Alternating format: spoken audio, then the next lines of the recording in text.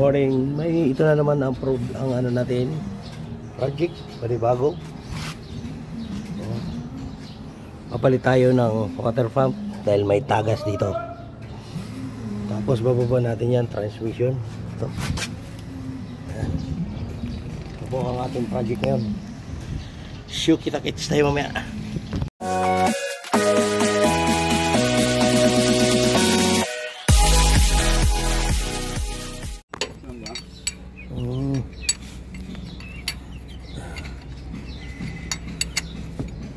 Lagi nasisira, no?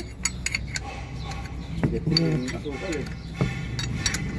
Iba-iba naman sira eh. Iba-iba naman sira.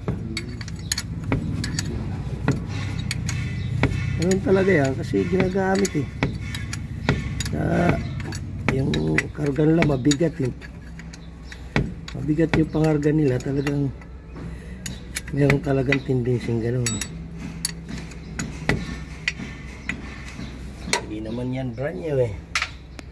Brand new nga nasisira. Ito pa kaya. Oh.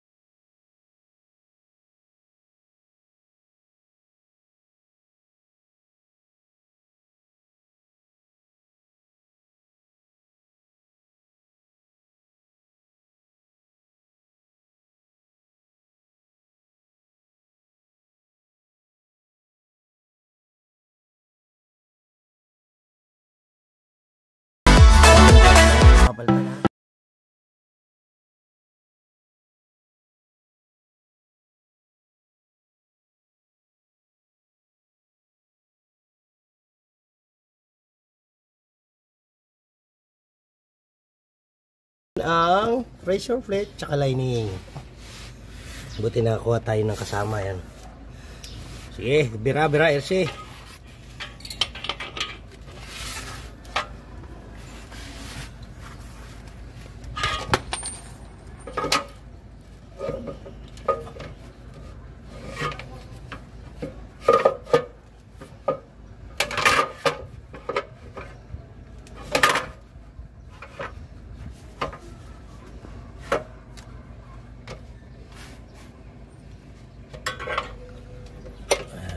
Guys, kakabit na po namin ito. Nandiyan na lahat, nakabit na.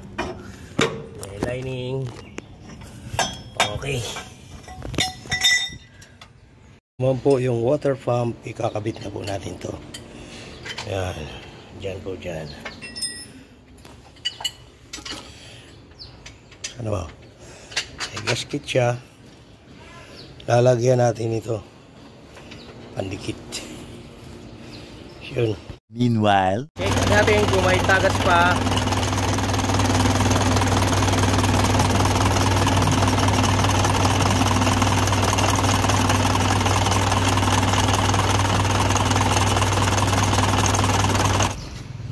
So yun po guys, natapos na po natin tong project natin ngayon. Time is 2:32. Sinimulan natin ng alas 9 kanina umaga, tapos na. Ginawa po na.